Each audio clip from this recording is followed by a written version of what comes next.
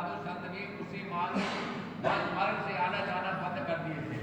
तत्कावर जीवा अपने इस संकल्प से बड़े उलझन में पड़ गए। साधुओं के प्रति लज्जात्मक यह घटना का समाचार श्री रामानंद जी के आश्रम में पहुंचा, क्योंकि यह घटना उनके बहुत से शिष्यों पर घटी थी। श्री रामानंद जी के शिष्यों अनंतानंद का चरणामृत जब सूखे शाखा पर डाला गया तब वो सूखे डाल पर पत्र न फूटा, तब वे महान लज्जित हो गए। वे एक बार अपने ऊपर घटने वाली घटना का जिक्र अपने श्री कबीर साहब किए थे। अनंतानंद जी कहा, गुर्जर देश में साधु संतों का घोर अपमान हो रहा है। साधु भूखे प्यासे पड़े रहते हैं, लोग भोगी समझकर तिरस्कार पूर्वक ताने कसते हैं, कोई उन्हें पानी तक नहीं देता। साधु संतों पर से लोगों का विश्वास उठ गया है। वे लोग सभी संत महात्माओं को पाखंडी कहकर संबोधित करते हैं। जिसके चरणों से सूखा पड़कर शाखा हरा भरा हो जाएगा, उसी को परमात्मा स्वीकार करेंगे। ये कबीर जी आप चलिए और संतों की प्रतिष्ठा बनाइए। आपने पहले भी शहर के सुल्तान के बंदी गृह से अनेक संतों को उद्धार किया है। आप दीन बरसाले कृपा कर संतों की मर्यादा को नष्ट होने से बचा लीजिए। तब कबीर साहब ने कहा, हम सब गुर्जर देश को प्रस्थान करें, हम आ रहे हैं। हमारी आज्ञा का अनुसार सभी साधु संतों ने काशी से गुर्जर देश के लिए प्रस्थान किया। साधुओं को स्वर्ग तीर्थ पहुंचते 3 मास का समय लगा। इसी बीच हम पाटन नगर गए, जहाँ पे राजा जगजीवन का एक बाग था जो साधु के श्राप से कई वर्षों से सूखा पड़ा था।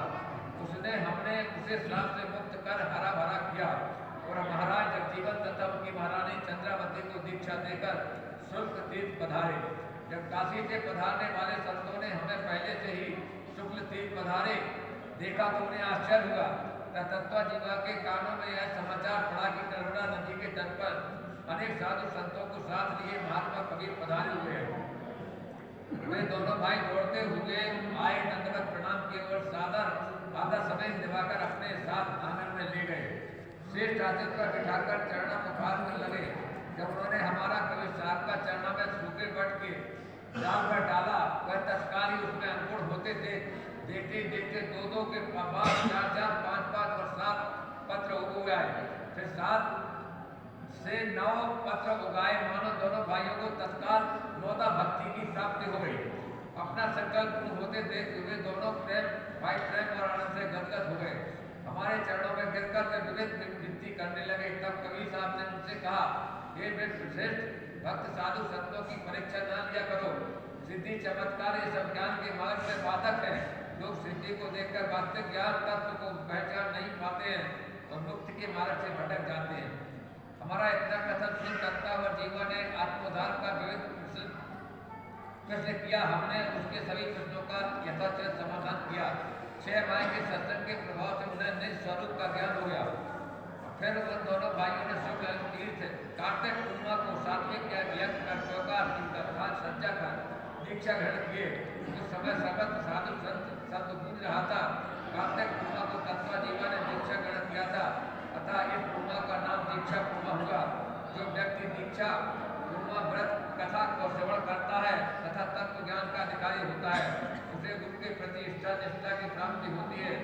भक्ति जीवन भर दीक्षा पूर्णिमा का व्रत करता है, वह अंत समय में हंस का रूप धारण करता है। उसके रोग में षोडश सूर्य का प्रकाश होता है तो सत्यलोक का वासी होता है। दत्ता जीवन ब्राह्मणों का गांव कालांतर में उजड़ा चुका था, पर वह वो वृक्ष जो कबीर साहब के चरणों में से हरा भरा हुआ था, आज भी नर्मदा नदी के 2 धाराओं के बीच में सागर रूप धारण किया हुआ है। वह पुरातन वट का पेड़ कबीर वट के नाम से प्रसिद्ध है। वहाँ पर एक शिलालेख है जिसमें लिखा हुआ है कि संवत 1466 में यहाँ कबीर जी पधारे। आज भी कार्तिक पूर्णिमा का वहाँ बहुत बड़ा मेला लगता है। बोलिए सतगुरु कबीर साहब। आज हमदा साहब का भी जन्म दिवस है। इसमें कार्तिक पूर्णिमा में जहाँ जहाँ भी आश्रम है वहाँ आरती यज्ञ करके ही आरती पूजा करते हैं। बोलिए सतगुरु कबीर साहब। यज्ञ की समाप्ति है। यहाँ पर उत्तर पुरुषों का आवाहन करके उनको विराजमान किया गया है। उनके नामों का स्मरण करके हम आप लोग उसके माध्यम से उनको भावभीनी विदाई करेंगे। सत्पुरुष के गोत्र नंद पुरुषों को